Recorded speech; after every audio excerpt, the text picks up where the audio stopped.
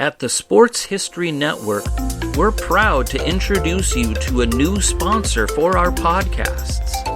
It's Home Field Apparel, your premium collegiate apparel brand right out of Indianapolis.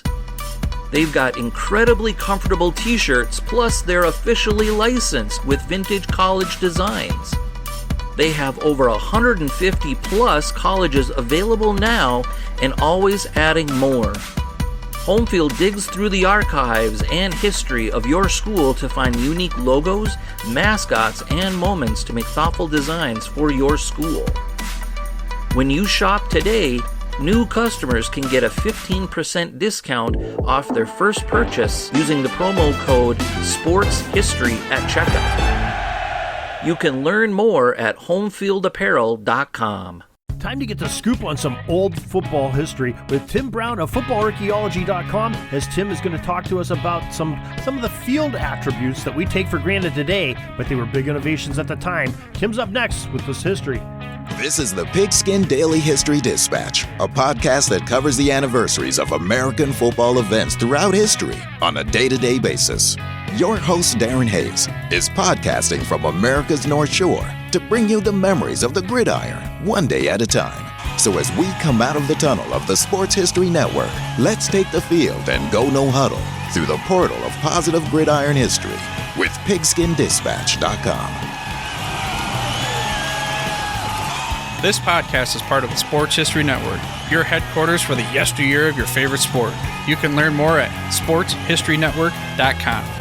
Hello, my football friends. This is Darren Hayes of PigskinDispatch.com. Welcome once again to the Pig Pen, your portal to positive football history. This is time for another great football archaeological dig with our friend Timothy Brown of Football Archaeology. Tim Brown, welcome back to the Pig Pen.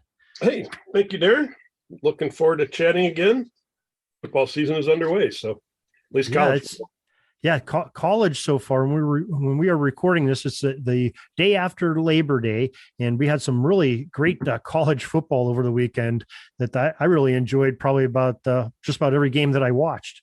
Yeah, likewise. I saw 3 or 4 or 5 that I thought were a lot of fun.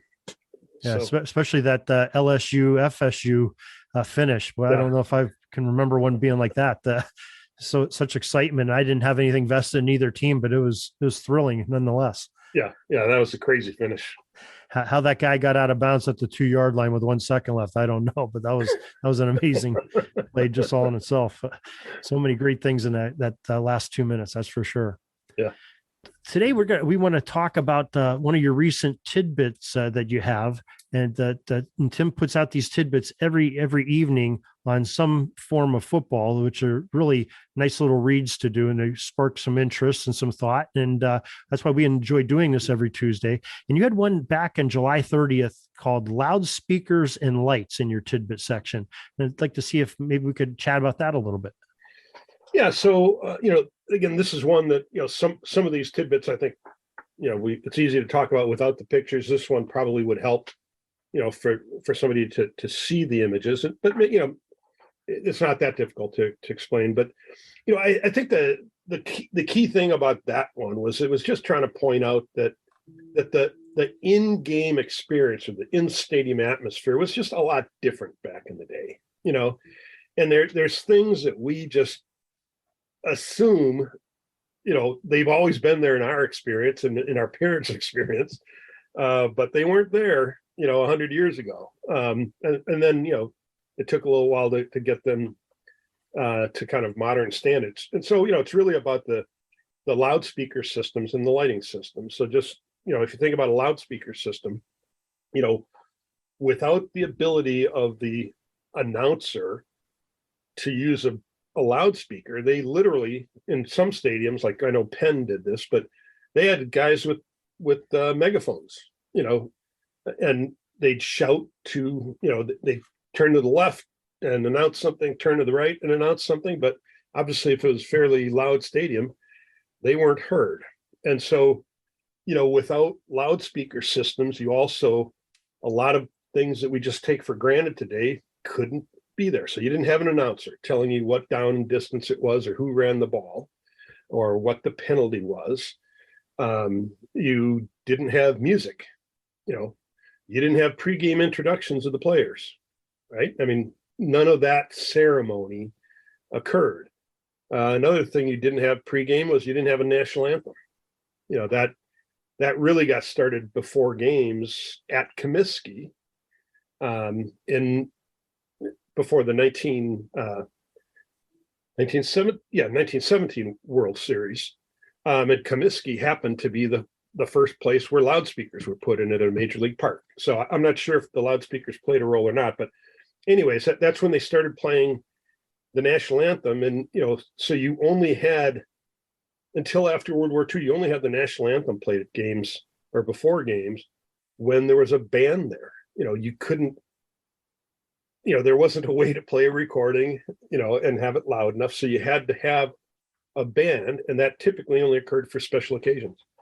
And then, then once you had pre-recorded music and loudspeaker systems, and they'd play, they started playing the national anthem before games, baseball, basketball, football, everything. But that's a pre-world or post-World War II thing. So then once they started installing these loudspeakers, oftentimes they had to, they still weren't as loud as what we know today, and lower quality. So oftentimes they planted the loudspeaker poles like in front of the stands and then faced back at the stands. But as a result, they'd be like on the track if it was a stadium with the track around it. And then they, if you sat behind, if you had a lower seat down near one of those poles, that pole got in your way. You had kind of an obstructed view. And the same thing with the lights. The bulbs themselves just weren't as powerful, and you need a lot more of the lights. So then same kind of thing. The lighting, the poles for the lights kind of, obstructed the view. And it wasn't horrible. It wasn't like, having a big pillar in front of your seat like I've experienced at Fenway and at the old Tiger Stadium. But, still, it's a thing we just, don't even think about anymore. Now, the other thing I think about the lights is that, I've written some things about this recently too, but for night games, the lighting was poor. So they used to use white and yellow footballs just so that people, so the players could see them. And then basically in the early 50s, they started putting stripes on the balls for, visual purposes.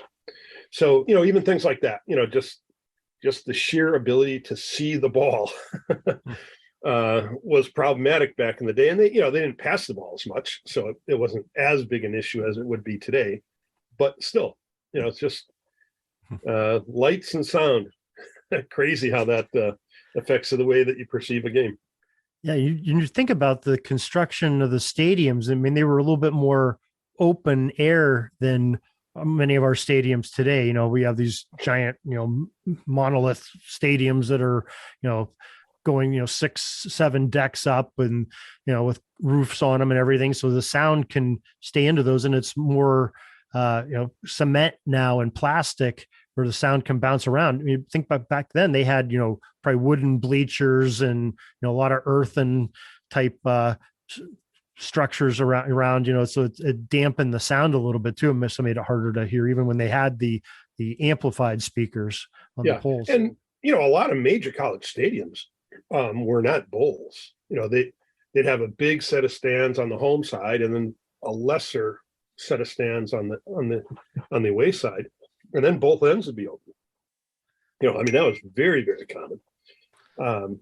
So, and even like today, Michigan, as big a stadium as that is, it's not that loud. It's just, it's just a mat ball, and the sound dissipates, So yeah, as we built up and had multiple levels and have multiple levels in the stadium, it changes the sound quality.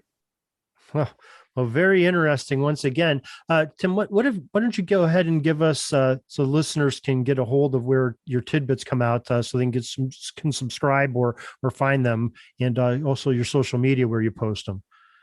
Yeah, so I really just I'm putting them just in two places now. It's footballarchaeology.com. So you just search for that on Google and you should be able to find that without any problem.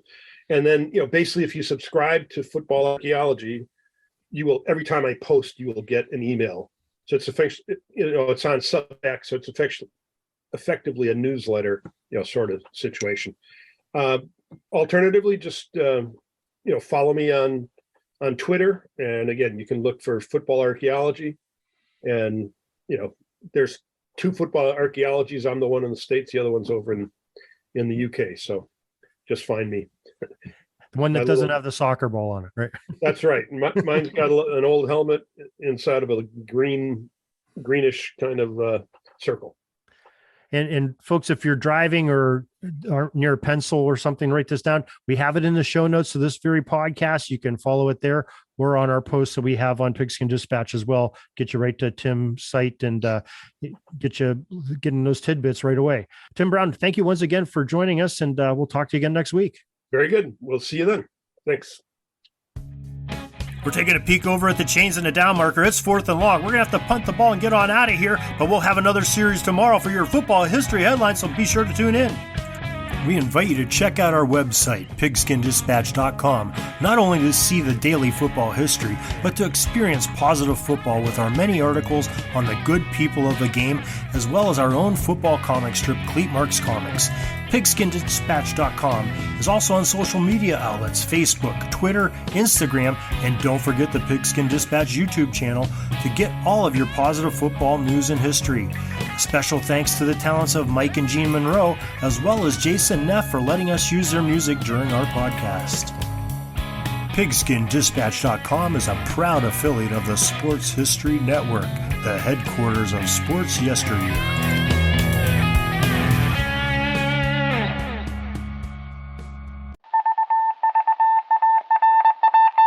Was just another ordinary day in the offices of the Pittsburgh Guardian newspaper circa 1924.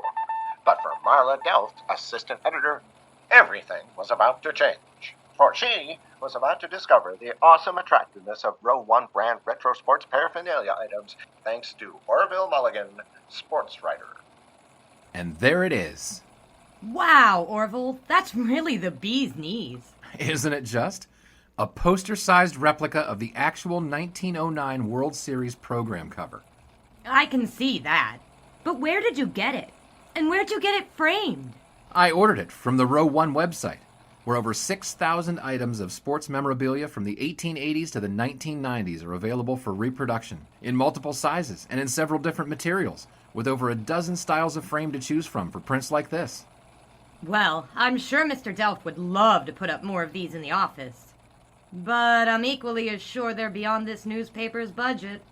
Not at all, my dear Marla. See for yourself. Go to sportshistorynetwork.com/row1.